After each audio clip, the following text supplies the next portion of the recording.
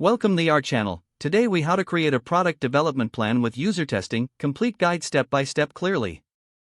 To create a product development plan using user testing, begin by defining your product vision. Identify the key goals you want to achieve with your product. Gather insights from your target audience to inform your vision. Create user personas that represent your typical customers. Next, outline the steps for product development in detail. Define the specific features and functionalities your product will offer. Prioritize these features based on user needs and business goals. Utilize user testing to conduct research and gather feedback on your product ideas. Create test scenarios that allow users to interact with your concepts. Invite participants that match your user personas to ensure relevant feedback.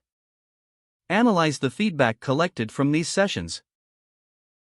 Identify common themes and pain points mentioned by users. Use these insights to refine and adjust your product features. Once you have a clear direction, start drafting your product development timeline. Break down the timeline into phases such as research, design, testing, and launch. Assign responsibilities to team members to ensure accountability. Develop a prototype of your product based on user feedback. Conduct additional rounds of testing with your prototype to gather more insights.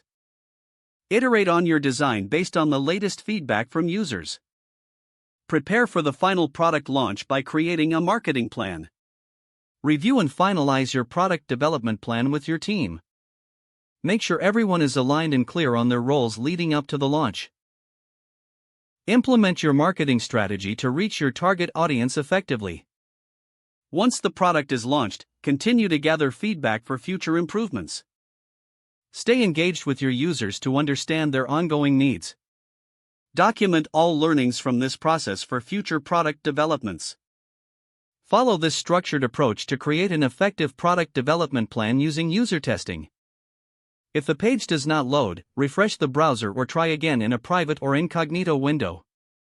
Don't forget to like this video and subscribe to our channel for more step-by-step tech guides.